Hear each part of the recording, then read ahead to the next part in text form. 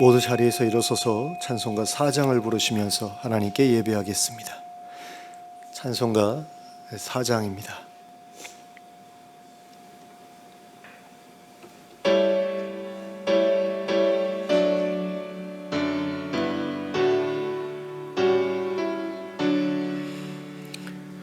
성부 성자와 성령 영원히 영광 받으옵소서. 태초로 지금까지 독일이 영원 무궁 성삼위께 영광. 아멘. 함께 기도하겠습니다. 사랑의 하나님 아버지, 오늘 저에게 복된 주일을 허락하시고 이렇게 함께 모여 예배하게 하심을 감사합니다. 이 예배의 자리에 하나님 찾아와 주시길 원합니다. 성령으로 임하여 주시길 원합니다. 그리고 저희의 마음을 새롭게 하여 주시길 원합니다. 그래서 하나님께서 기뻐하시는 삶을 살아갈 수 있게 해주시길 원합니다. 변화된 삶으로 하나님의 영광을 세상에 드러낼 수 있게 해주시길 원합니다. 그 시간이 지금부터 시작될 수 있도록 역사하여 주시길 원합니다. 예수 그리스도의 이름으로 기도하였습니다. 아멘.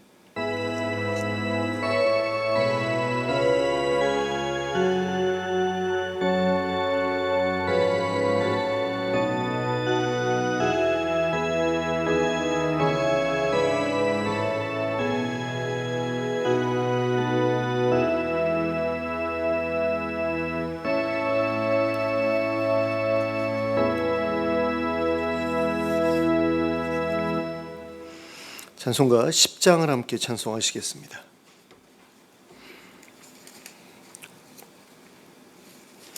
찬송가 10장입니다.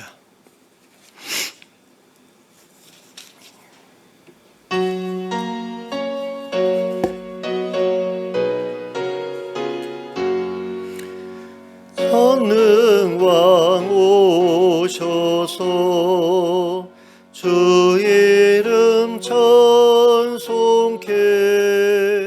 하옵소서.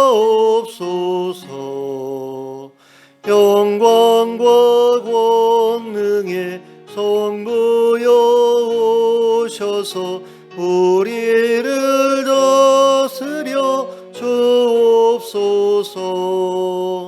강생한 성자여 오셔서 기도를 들으소서. 택하신 백성들 복 내려 주시고 거룩한 마음을 주옵소서. 위로의 주 성령 오셔서 큰 증거 주옵소서. 전능한 주시여 각 사람 마음에서 떠나지 마시고 계십소서. 성삼위일체께 한없는 찬송을 드립니다. 존귀한 주님을 영광 중 배웠고 영원히 모시게 하옵소서. 아멘. 교동문 69번을 함께 교독하시겠습니다. 교동문 69번 이사야서 40장입니다. 교동문 69번 이사야서 40장 두 번째 교동문입니다. 제가 먼저 시작하겠습니다. 너희는 눈을 높이 들어 누가 이 모든 것을 창조하였나 보라. 주께서는 수요대로 만상을 이끌어내시고 그들의 모든 이름을 부르시나니 그의 권세가 자비가 크고 그의 능력이 강함으로 하나도 빠짐이 없느니라. 야곱아 어찌하여 내가 말하며 이스라엘아 내가 이르기를 내 길은 여호와께 숨겨졌으며 내 송사는 내 하나님께서 벗어난다 하느냐. 너는 알지 못하였느냐 듣지 못하였느냐 영원하신 하나님 여호와 땅끝까지 창조하신 이는 피곤하지 않으시며 곤비하지 않으시며 명철이 한이 없으시며 피곤한 자에게는 능력을 주시며 무능한 자에게는 힘을 더하시나니 소년이라도 피곤하며 곤비하며 장정이라도 넘어지며 쓰러지되 오직 여호와를 앙망하는 자는 새 힘을 얻으리니 독수리가 날개치며 올라감 같을 것이요 다른 박질하여도 곤비하지 아니하겠고 걸어가도 피곤하지 아니하리로다. 아멘. 사도신경으로 우리의 신앙을 고백하겠습니다. 전능하사 천지를 만드신 하나님 아버지를 내가 믿사오며 그 외아들 우리 주 예수 그리스도를 믿사오니 이는 성령으로 잉태하사 동정녀 마리아에게 나시고 본디오 빌라도에게 고난을 받으사 십자가에 못 박혀 죽으시고 장사한 지 사흘 만에 죽은 자 가운데서 다시 살아나시며 하늘에 오르사 전능하신 하나님 우편에 앉아 계시다가 저리로서 산자와 죽은 자를 심판하러 오시리라. 성령을 믿사오며 거룩한 공회와 성도가 서로 교통하는 것과 죄를 사하여 주시는 것과 몸이 다시 사는 것과 영원히 사는 것을 믿사옵나이다. 아멘. 모두 자리에 앉으셔서 찬송가 453장을 찬송하시면서 하나님께 봉헌 드리겠습니다. 찬송가 453장입니다.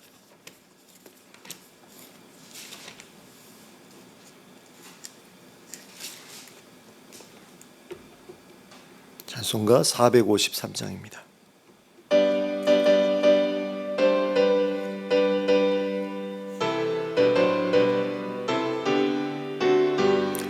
예수도 알기 원하네. 크고도 넓은 은혜와 대속해 주신 사랑을 간절히 알기 원하네.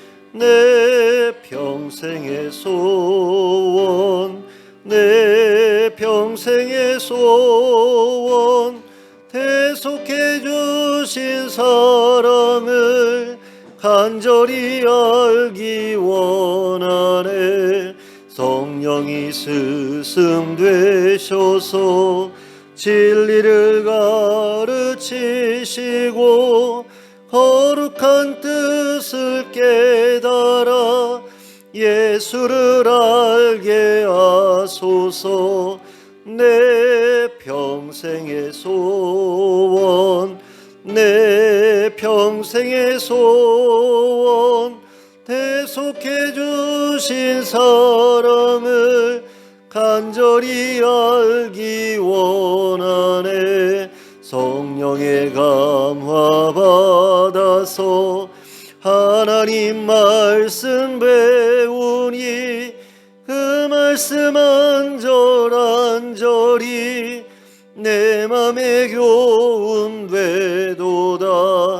내 평생의 소원, 내 평생의 소원, 대속해 주신 사랑을 간절히 알기 원하네.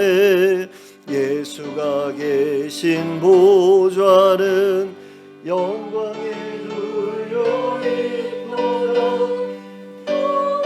영원히 오시니 그 나라 왕성하도다.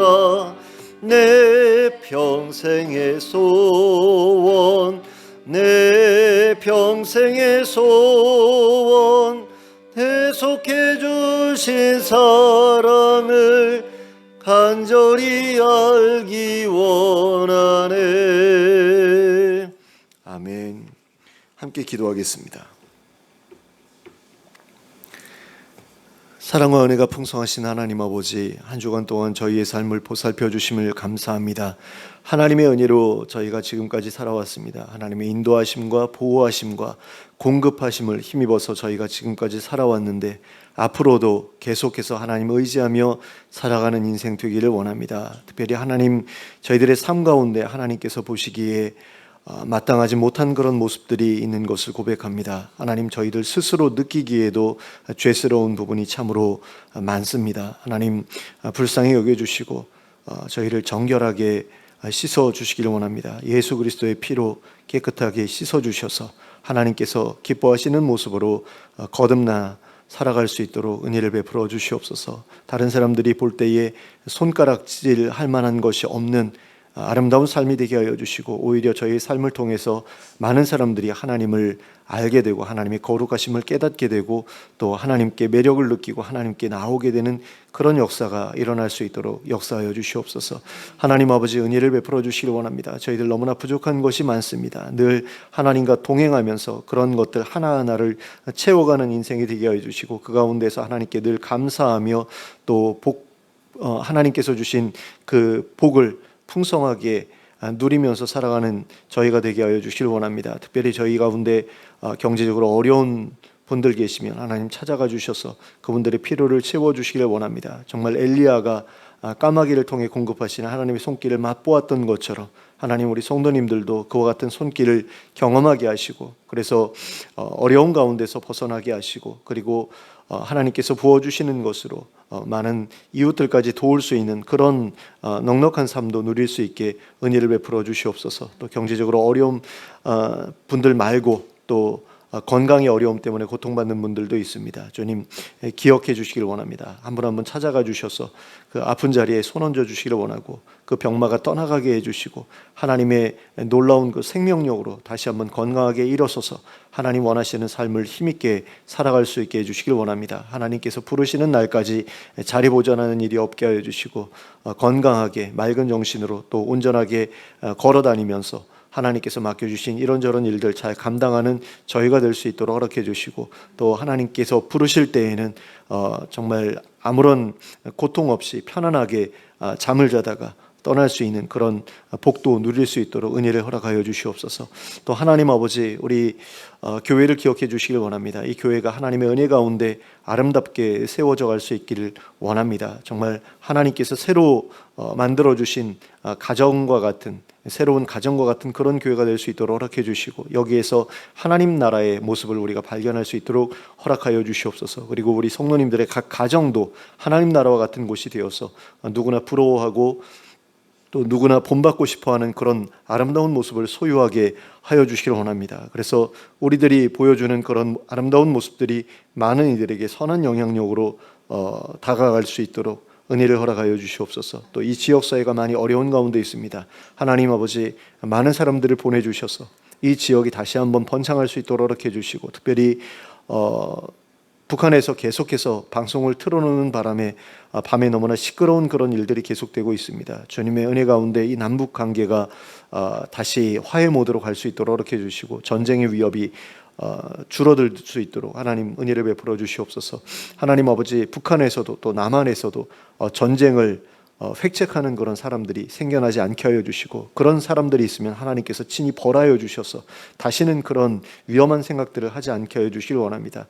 전쟁이라는 것이 얼마나 끔찍한 것이고 하나님께서 미워하시는 일인지를 기억하게 하시고, 그런 일이 벌어졌다라고 하는 것은 하나님의 심판이 이 땅에 임했다라는 이야기라는 사실을 깨닫는 가운데 우리 믿는 사람들부터라도 전쟁을 북한과 하고 싶어하는 그런 생각을 하지 않을 수 있도록 은혜를 허락하여 주시옵소서. 많은 기독교인들이 잘못된 생각을 가지고 하나님 아버지, 이웃 나라들과의 관계에서 불화한 그런 것들을 당연시하고 또 우리가 우위에서 그들을 짓밟아 주어야 된다라고 생각하는 그런 모습들을 보는데, 그것이 칼로 흥한 자는 칼로 망한다라고 말씀하신 그 예수님의 말씀이 얼마나 배치되는 그런 생각인지를 우리 성도님들이 온전하게 깨닫게 되기를 원합니다. 모든 나라가 화목하고 모든 나라가 전쟁 없이 평화를 누리며 살아가는 그 세상이야말로 하나님께서 바라시는 세상이고 우리에게 기대하시는 세상이라는 것을 늘 기억하게 하시고, 그래서 세상의 모든 전쟁이 그쳐지기를 바라면서 기도하는 저희가 되게 하여 주시길 원합니다.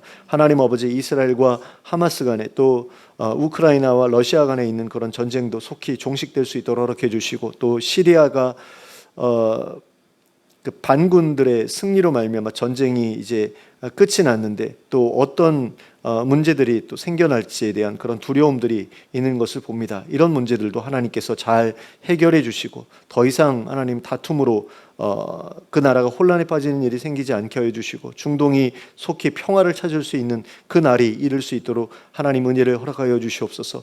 또 하나님 아버지, 이 나라가 많이 경제적으로 어려운 가운데 있고 또 그리고 많은 혼란 가운데 있습니다. 정치적인 혼란과 또 의료계와 정부 사이의 그런 분쟁으로 인한 그런 혼란도 아직도 정리되지 않고 있는 상황인데, 하나님 이 모든 문제들이 속히 종식될 수 있도록 허락해 주시고 정말 하나님을 경외하는 지도자들이 세워져서 하나님 기뻐하시는 방향으로 이 나라를 이끌어갈 수 있도록 도와주시길 간절히 원합니다. 많은 사람들이 아이돌처럼 떠받드는 그런 정치인이 아니라 하나님께서 기뻐하시는 정치인이 이 나라의 지도자가 되는 날이 속히 이를 수 있도록 도와주시고, 누구보다 예수 그리스도께서 하나님 이 땅의 통치자로 임하시는 그날이 속히 이를 수 있게 되기를 원합니다. 그래서 더 이상 전쟁도 없고 다툼도 없고 화목하고 또 그리고 영원한 하나님의 기쁨이 함께하는 그런 나라를 우리가 누리며 살아갈 수 있는 날이 속히 이룰 수 있도록 은혜를 허락하여 주시옵소서.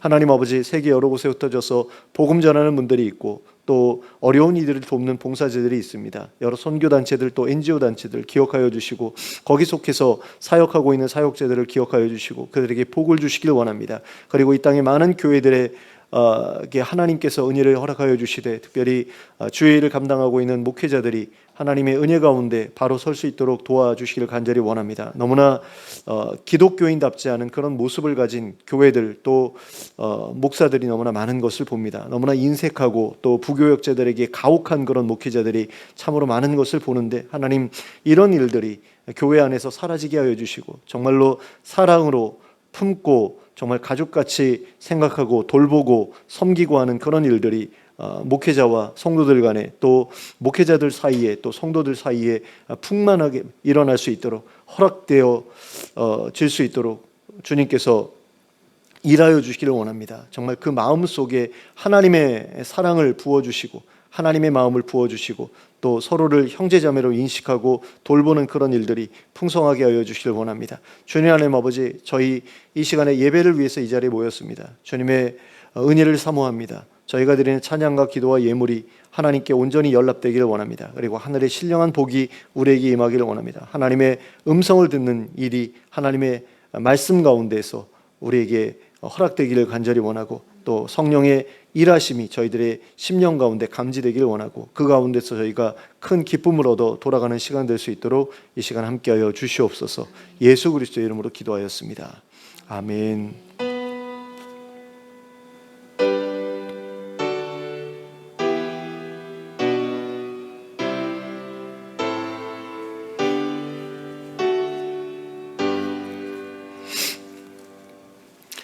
교회 소식 말씀드리겠습니다. 다음 주일 2025년 1월 5일입니다.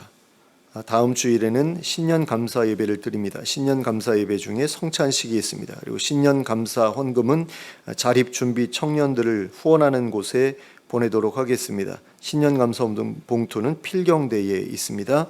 여디디아 신약 성경 일독학교를 안내해 드립니다. 일시는 2025년 1월 7일부터 4월 8일까지 총 13주에 걸쳐서 진행이 되고 매주 화요일 저녁 7시 30분에 시작해서 아마 9시 30분쯤에 종료가 되는 것으로 진행될 것 같습니다. 그리고 장소는 따로 오프라인으로 모이는 것이 아니라 줌으로 이제 진행이 되고요. 교재는 성경방 워크북을 사용을 합니다. 그래서 신약 워크북을 사용하게 되고 본교회 성도님들에게는 무료로 제공해 드리도록 하겠습니다. 그리고 회비는 5만 원인데요. 여기에는 수료증비가 포함되고요. 나중에 이제 그 강사 교육을 받기 위해서는 수료증을 받아야 강사 교육에 참여할 수 있는 것으로 알고 있습니다. 예, 문의와 신청은 홍미라 목사님께 해주시면 되겠습니다. 예, 이상으로 교회 소식 말씀드렸습니다. 좌우를 둘러보시면서 인사 나누시기 바랍니다. 예, 잘 오셨습니다. 예. 하나님의 말씀 함께 보시겠습니다. 사도행전 9장 1절부터 22절까지의 말씀입니다.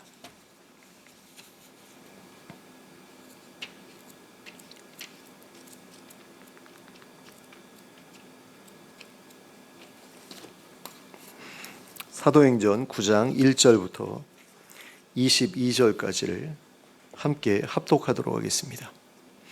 예, 함께 읽겠습니다. 시작. 사울이 주의 제자들에 대하여 여전히 위협과 살기가 등등하여 대제사장에게 가서 다메섹 여러 회당에 가져갈 공문을 청하니 이는 만일 그 도를 따르는 사람을 만나면 남녀를 막론하고 결박하여 예루살렘으로 잡아오려 함이라. 사울이 길을 가다가 다메섹에 가까이 이르더니 호련히 하늘로부터 빛이 그를 둘러 비추는지라. 땅에 엎드러져 들음에 소리가 있어 이르시되 사울아 사울아 내가 어찌하여 나를 박해하느냐 하시거늘 대답하되 주여 누구시니까 이르시되 나는 내가 박해하는 예수라. 너는 일어나 시내로 들어가라. 내가 행할 것을 내게 이를 자가 있느니라 하시니 같이 가던 사람들은 소리만 듣고 아무도 보지 못하여 말을 못하고 서 있더라. 사울이 땅에서 일어나 눈은 떴으나 아무것도 보지 못하고 사람의 손에 끌려 다메섹으로 들어가서 사흘 동안 보지 못하고 먹지도 마시지도 아니하니라.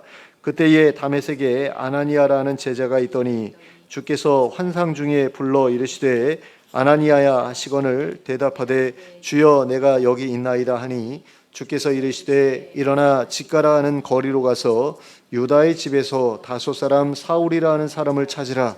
그가 기도하는 중이니라. 그가 아나니아라 하는 사람이 들어와서 자기에게 안수하여 다시 보게 하는 것을 보았느니라 하시거늘 아나니아가 대답하되 주여 이 사람에 대하여 내가 여러 사람에게 듣사온즉 그가 예루살렘에서 주의 성도에게 적지 않은 애를 끼쳤다 하더니 여기서도 주의 이름을 부르는 모든 사람을 결박할 권한을 대제사장들에게서 받았나이다 하거늘 주께서 이르시되 가라.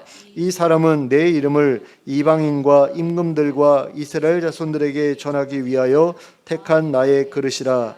그가 내 이름을 위하여 얼마나 고난을 받아야 할 것을 내가 그에게 보이리라 하시니 아나니아가 떠나 그 집에 들어가서 그에게 안수하여 이르되 형제 사울아 주 곧 내가 오는 길에서 나타나셨던 예수께서 나를 보내어 너로 다시 보게 하시고 성령으로 충만하게 하신다 하니 즉시 사울의 눈에서 비늘 같은 것이 벗어져 다시 보게 된지라. 일어나 세례를 받고 음식을 먹음에 강건하여 지니라. 사울이 다메섹에 있는 제자들과 함께 며칠 있음에 즉시로 각 회당에서 예수가 하나님의 아들이심을 전파하니 듣는 사람이 다 놀라 말하되 이 사람이 예루살렘에서 이 이름을 부르는 사람을 멸하려던 자가 아니냐. 여기 온 것도 그들을 결박하여 대제사장들에게 끌어가고자 함이 아니냐 하더라. 사울은 힘을 더 얻어 예수를 그리스도라 증언하여 다메섹에 사는 유대인들을 당혹하게 하니라. 아멘. 신약 성경에서 가장 중요한 인물을 꼽으라면 당연히 예수님을 말하지 않을 수 없을 것입니다. 하지만 예수님을 제외하면 어떤 사람을 가장 중요한 인물이라고 할 수 있을까요? 아무래도 바울이라고 하지 않을 수 없을 것입니다. 신약 성경 27권 중에서 무려 13권이 바울이 쓴 글이기 때문입니다. 게다가 세 차례에 걸친 전도 여행을 통해 고린도 교회, 데살로니가 교회, 또 갈라디아 교회, 에베소 교회, 골로새 교회, 빌립보 교회와 같이 수많은 교회들을 설립한 사람이 바울이기 때문입니다. 그런데 성경은 바울이 처음에는 그리스도인들을 심히 박해했던 사람이었다고 이야기합니다. 사도행전 7장 58절을 보시면 스데반 집사가 돌에 맞아 순교할 때에 스데반 집사를 돌로 치던 사람들의 옷을 맡아 가지고 있었던 사람이 바로 사울이었다라고 말하고 있습니다. 그런데 여기서 말하고 있는 이 사울이 바로 바울입니다. 사울과 바울은 같은 사람인데 사울은 그 사람의 히브리 이름이고 바울은 그 사람의 헬라 이름인 것입니다. 그래서 우리도 영어 공부하면서 영어 이름 하나씩은 다 만들어서 가지고 있잖아요. 그런 식으로 이제 헬라식 이름이 있고 히브리식 이름이 있었다. 그래서 히브리식 이름은 사울이고 헬라식 이름은 바울이다. 근데 어떤 분들은 뭐 사울이 예수님을 만난 다음에 이름을 바꿨다, 바울이라고 바꿨다, 뭐 이런 식으로 옛날에는 설명하는 분들도 계셨는데 그거는 잘못된 이야기라고 아시면 되겠습니다. 또한 사도행전 8장 1절을 보시면 이 사람이 스데반 집사의 죽음을 마땅히 여겼다고 기록하고 있습니다. 그리고 오늘 우리가 함께 읽은 사도행전 9장 1절과 2절을 보시면 이 사람이 다메섹이라는 도시에 살고 있던 그리스도인들까지 예루살렘으로 붙잡아다가 처벌하려고 했었다는 사실을 확인할 수 있습니다. 이처럼 바울은 그리스도인들을 박해하는 일에 크게 열심을 냈던 사람이었습니다. 사도행전 22장 4절과 5절 그리고 사도행전 26장 9절부터 12절까지의 내용을 보시면 이러한 바울의 활동에 대해 좀 더 구체적으로 이야기하고 있는 것을 볼 수 있습니다. 먼저 사도행전 22장 4절과 5절 말씀입니다. 내가 이 돌을 박해하여 사람을 죽이기까지 하고 남녀를 결박하여 옥에 넘겼노니 이는 대제사장과 모든 장로들이 내 증인이라. 또 내가 그들에게서 다메섹 형제들에게 가는 공문을 받아 가지고 거기 있는 자들도 결박하여 예루살렘으로 끌어다가 형벌받게 하려고 가더니, 자, 자기가 기독교인들을 박해했대요. 그래가지고 사람을 죽이기까지 했다고 이야기하고 있고요. 또 남녀를 결박해다가 옥에 넘기기도 했다라고 이야기를 하고 있습니다. 그러니까 굉장히 뭐 어떻게 보면 옛날에 일제시대 때 일본 순사 같은 그런 놈이었다라고도 말할 수 있는 거죠. 또 사도행전 28장 9절부터 12절까지의 말씀입니다. 나도 나사렛 예수의 이름을 대적하여 많은 일을 행하여야 될 줄 스스로 생각하고 예루살렘에서 이런 일을 행하여 대제사장들에게 권한을 받아가지고 많은 성도를 옥에 가두며 또 죽일 때에 내가 찬성 투표를 했고 또 모든 회당에서 여러 번 형벌하여 강제로 모독하는 말을 하게 하고 그들에 대하여 심히 격분하여 외국 성에까지 가서 박해하였고 그 일로 대제사장들의 권한과 위임을 받고 다메섹으로 갔나이다. 그러니까 정말 잔인한 그런 짓들을 많이 했다라는 거죠, 기독교인들에게. 그러면 바울은 왜 이렇게 그리스도인들을 못 잡아 먹어서 안달이었을까요? 왜 그렇게 그리스도인들을 잡아다 가두고 죽이고 그랬던 것일까요? 그것이 하나님을 섬기는 사람으로서 마땅히 해야 할 일이라고 생각했기 때문입니다. 이에 대해 예수님께서 예언하신 말씀이 요한복음 16장 2절에 기록되어 있는 것을 볼 수 있습니다.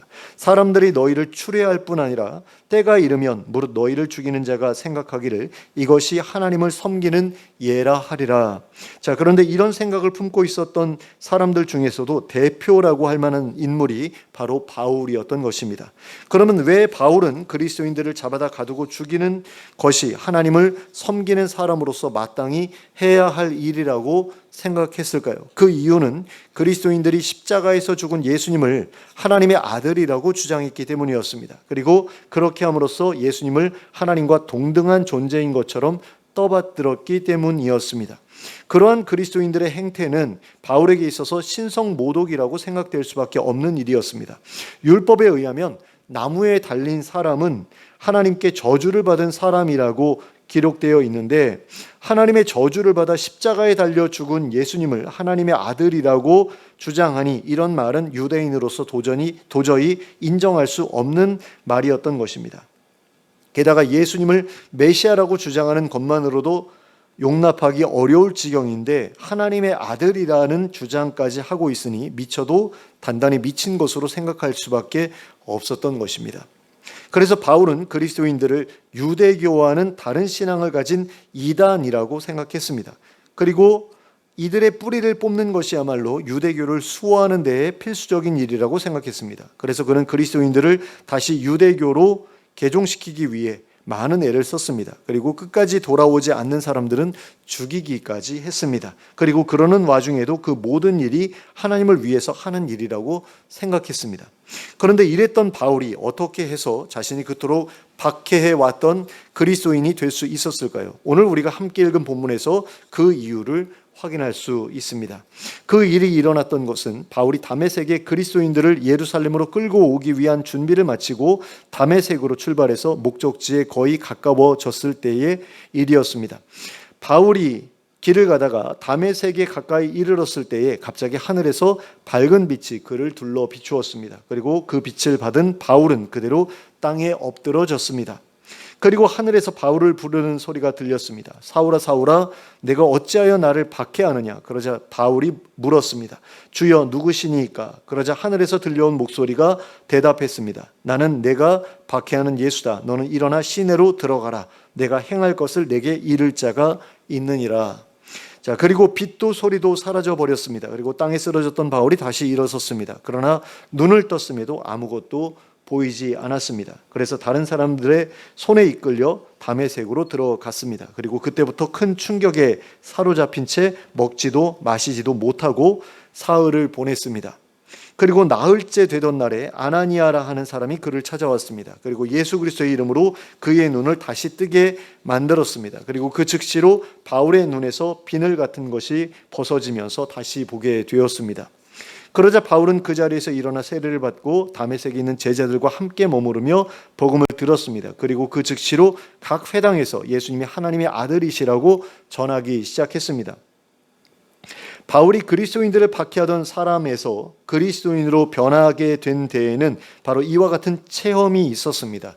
이런 것을 우리가 영적 체험이라고 이야기를 하죠. 부활하신 예수님을 만난다거나 아니면 어떤 초자연적인 치유의 역사를 경험한다거나 이런 것을 영적 체험이라고 말하는데 바울에게 바로 이런 체험이 있었다라는 겁니다. 그는 다메섹으로 가는 도중에 부활하신 예수님을 만났습니다. 눈으로 직접 본 것은 아니었습니다. 다만 음성만 들었을 뿐입니다. 그러나 그것만으로도 바울은 예수님의 부활에 대해 믿지 않을 수 없었습니다. 이전까지만 해도 바울은 예수님의 부활을 믿지 않았습니다. 대제사장이 사람들에게 퍼뜨렸던 말 그대로 제자들이 몰래 예수님의 시체를 빼들리고 나서 예수님이 다시 살아났다는 거짓말을 퍼뜨린 것이라고 생각했습니다. 그러나 이제는 예수님의 부활을 부인할 수 없게 되었습니다. 하늘에서 들려온 목소리가 자신을 예수라고 소개했기 때문이었습니다. 게다가 그 소리는 다른 어느 곳이 아닌 하늘에서 들려왔습니다. 이로 보건대 예수님은 다시 부활하셨을 뿐만 아니라 하나님의 아들이신 것도 분명했습니다. 그리스도인들이 주장하는 것처럼 그분은 부활하셨을 뿐만 아니라 승천하여 하늘에 계신 것이 분명했기 때문입니다. 그런데 바울이 예수님이 그리스도시라는 사실을 믿게 된 데에는 또 한 가지 이유가 있었습니다. 그것은 그가 눈이 먼 채로 유다의 집에 있었을 때 경험했던 일 때문이었습니다. 바울은 눈이 안 보이는 사흘 동안 유다의 집에 머무르면서 하나님께 기도했습니다. 본문 11절 말씀입니다. 주께서 이르시되 일어나 직가라는 거리로 가서 유다의 집에서 다섯 사람 사울이라 하는 사람을 찾으라. 그가 기도하는 중이니라. 자, 하나님께서 유다의 집을 보셨을 때 바울이 거기에서 기도하고 있었다라는 거죠.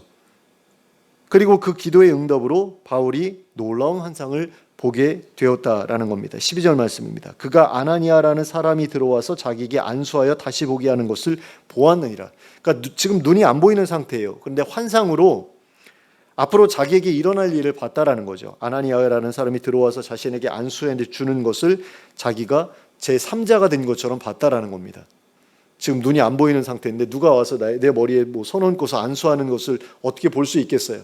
근데 그것을 마치 드라마 보는 것처럼 제3자가 이렇게 보는 것처럼 환상으로 봤다라는 거죠. 또 바울은 아나니아가 자신에게도 찾아오기 전에 그 사람이 자신에게 와서 안수하여 다시 보게 해주는 환상을 그러니까 미리 봤다라는 겁니다. 그리고 그때 바울은 그 환상과 더불어 한 가지 환상을 더 보았습니다. 16절 말씀입니다. 그가 내 이름을 위하여 얼마나 고난을 받아야 할 것을 내가 그에게 보이리라 하시니. 물론 이 구절만 가지고서는 하나님께서 이 환상을 어느 시점에 바울에게 보여주셨는지 특정하기 어렵습니다. 그러니까 내가 바울에게 이제 앞으로 얼마나 많은 고난을 받을지 보여주겠다라고 말씀하셨는데 언제 보여주셨는지는 나와 있지 않아요. 하지만 아나니아가 바울에게 도착하기 전에 보여주시지 않았겠는가라는 그런 생각을 하게 됩니다. 왜 그러냐? 그가 눈을 뜨자마자 세례받고 복음에 대해서 듣고 바로 복음을 전하기 시작하잖아요. 이걸 보면 아무래도 눈을 뜨기 전에 이 환상도 같이 봤을 가능성이 없지 않다라는 거죠.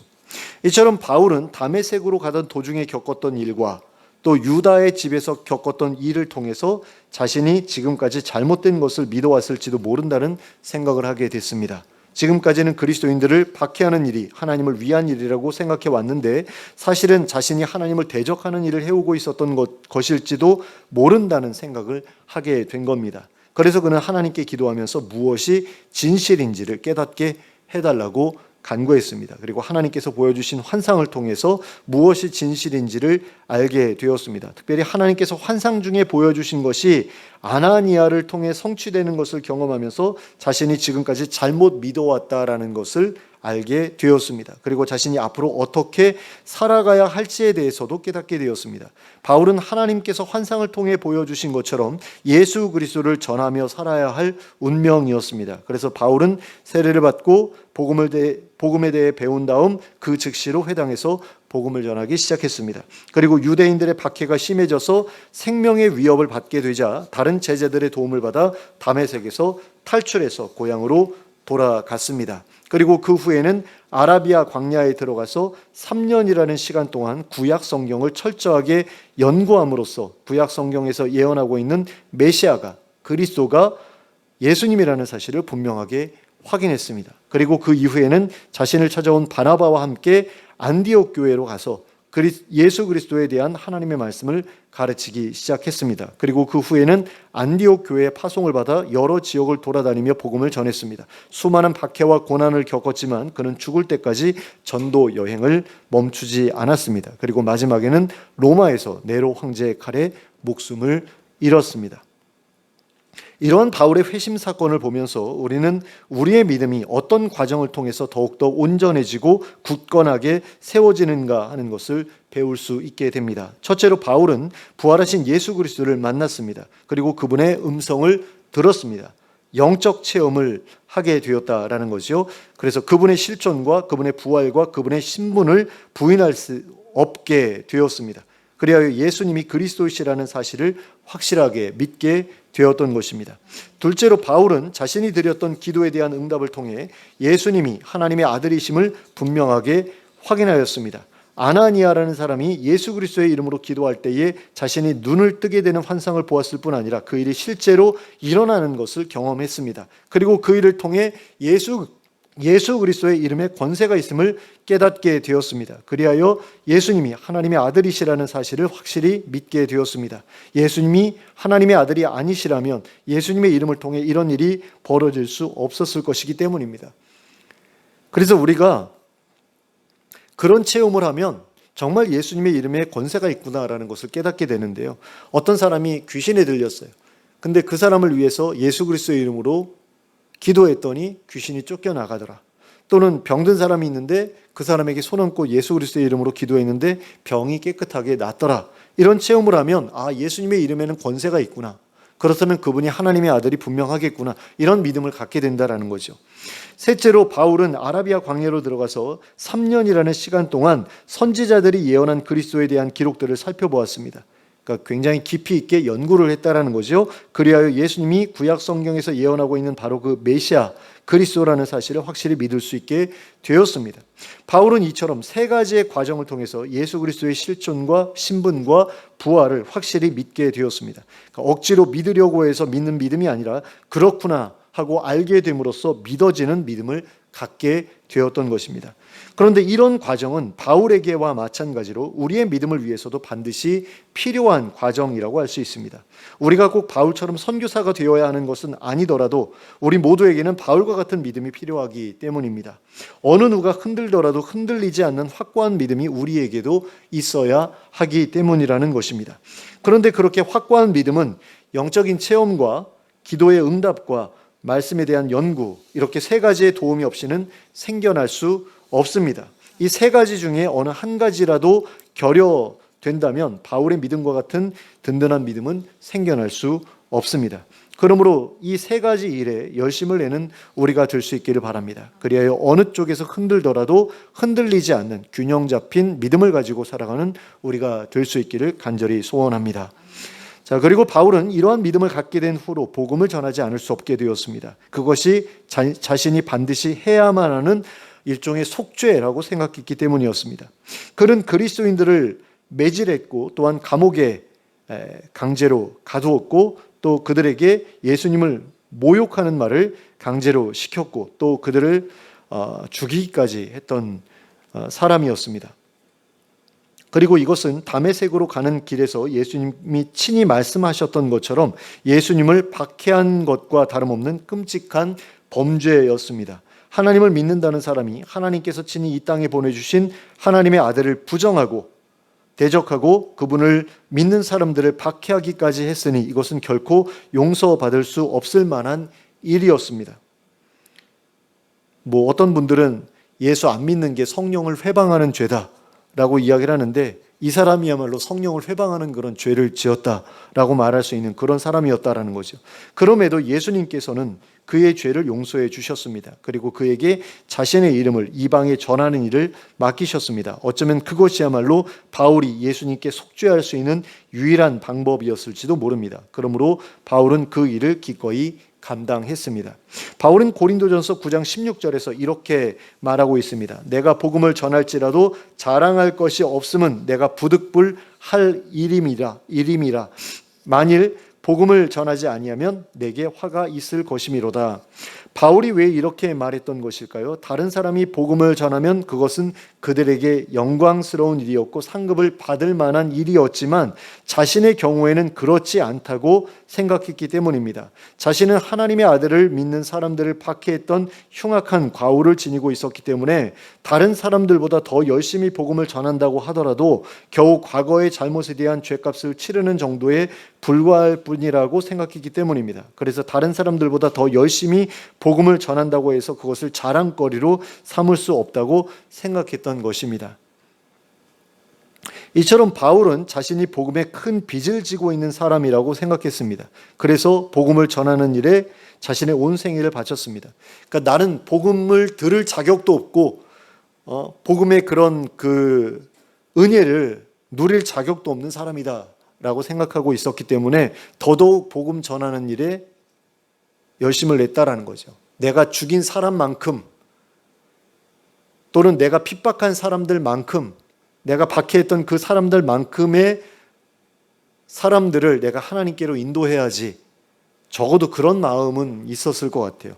아마 그거보다 더 많은 사람들을 그런 자기가 해를 끼쳤던 사람보다 더 많은 사람들을 하나님께로 인도하기는 했을 것 같은데요.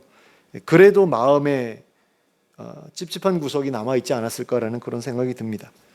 아마도 우리 가운데에는 바울과 같은 과오를 가지고 있는 사람은 없을 것입니다. 하지만 바울만큼은 아니더라도 과거에 믿는 사람들을 괴롭혔거나 모욕했던 분들은 분명히 있을 것입니다. 만일 그런 분들이 이 자리에 계시다면 바울이 그랬던 것처럼 복음 전도를 통해서 자신의 과오를 속죄하실 수 있기를 바랍니다. 그러나 그 이전에 먼저 힘써야 할 부분이 있음도 잊지 마시기 바랍니다. 그것은 바로 영적인 체험과 기도의 응답과 말씀에 대한 연구를 통해 예수님의 그리스도 되심을 확실히 알고 믿게 되어야 한다는 것입니다. 이러한 과정을 통과한 후에라야 우리도 바울과 같은 믿음을 가지고 복음을 힘있게 전달할 수 있게 될 것입니다. 그러므로 이러한 과정을 잘 통과함으로써 예수님의 그리스도 되심을 확실히 깨닫고 온전한 믿음을 소유하는 우리가 될 수 있길 바랍니다. 그리하여 예수 그리스도의 복음을 지금보다 더 힘있게 전파하는 우리 모두가 될 수 있기를 예수 그리스도의 이름으로 축원합니다. 함께 기도하겠습니다. 사랑의 하나님 아버지, 저희에게 진실을 보여주시기를 원합니다. 저희가 제대로 믿고 있는 것인지 잘못 믿고 있는 것인지 혹시나 잘못 믿고 있으면서도 잘 믿고 있다고 착각하고 있는 것은 아닌지 저희에게 깨닫게 해주시길 원합니다. 그래서 바른 믿음으로 돌아설 수 있게 해주시길 원합니다. 특별히 이 부활하신 예수님을 만나는 그런 체험이 저희들에게도 있기를 원합니다. 성령님의 임재를 체험하는 그런 경험이 저희에게 있기를 원합니다. 그래서 저희의 믿음이 더욱더 선명해질 수 있기를 간절히 원합니다. 그리고 저희의 기도에 하나님께서 응답해 주시는 그런 경험들을 계속해서 누릴 수 있기를 원합니다. 그래서 하나님께서 살아계시고 저희의 말에 귀를 기울이시는 분임을 저희가 온전히 깨닫게 되기를 원합니다. 그리고 그런 가운데서 하나님의 살아계심을 더욱더 확신하게 되는 저희가 될 수 있기를 원합니다. 그리고 하나님의 말씀을 더욱더 사모하는 저희들이 될 수 있기를 원합니다. 더 열심으로 하나님의 말씀을 묵상하고 연구하는 저희들이 될 수 있기를 원합니다. 그래서 그 말씀에 기록된 내용이 사실에 부합하는 것을 저희가 깨닫게 되기를 원합니다. 그래서 누가 흔들어도 흔들리지 않는 그런 믿음을 갖게 되기를 원합니다. 특별히 이단에 속아 넘어가지 않기를 원합니다. 살아계신 하나님의 보호하심 가운데 온전한 믿음을 지켜나가는 저희들이 될 수 있기를 원합니다. 그리고 그 믿음 안에서 뜨거운 마음을 가지고 예수 그리스도의 복음을 전하는 저희들 될 수 있기를 원합니다. 그래서 많은 사람들에게 하나님을 소개하고 그들을 하나님께로 인도하는 그 일에 귀하게 쓰임받는 저희 모두가 될 수 있도록 주님 인도하여 주시옵소서. 예수 그리스도의 이름으로 기도하였습니다. 아멘. 모두 일어서서 찬송가 366장을 함께 찬송하시겠습니다. 찬송가 366장입니다.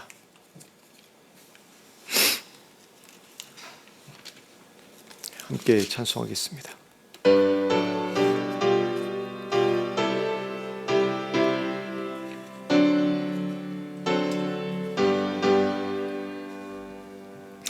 어두운 내 눈 밝히사 진리를 보게 하소서.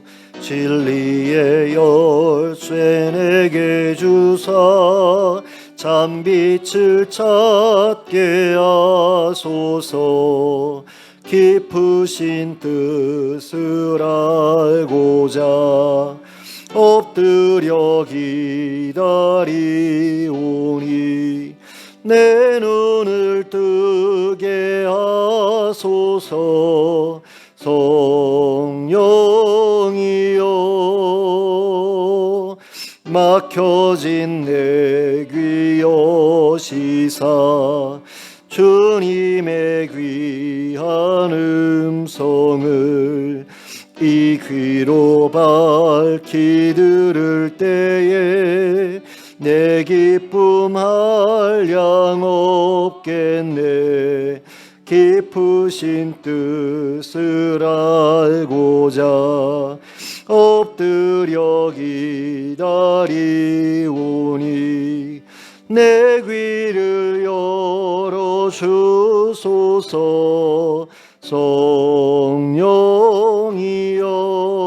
성령이여 봉해진 내 입 여시사 복음을 널리 전하고 차가운 내 맘 녹여주사 사랑을 하게 하소서.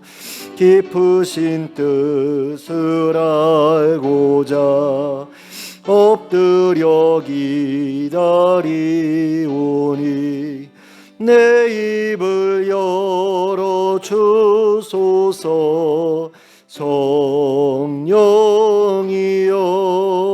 성령이여. 아멘. 함께 기도하겠습니다. 이제는 우리 주 예수 그리스도의 은혜와 하나님 아버지의 극진하신 사랑과 성령님의 감동감화 교통하심이 영적 체험과 기도 응답과 말씀 연구를 통해 예수님의 그리스도 되심을 온전히 깨닫고 확실한 믿음을 가지게 됨으로써 예수 그리스도의 복음을 전파하는 일에 더욱더 귀하게 쓰여지기를 소원하는 주의 백성들 머리 위에 지금부터 영원토록 함께 하실지어다. 아멘.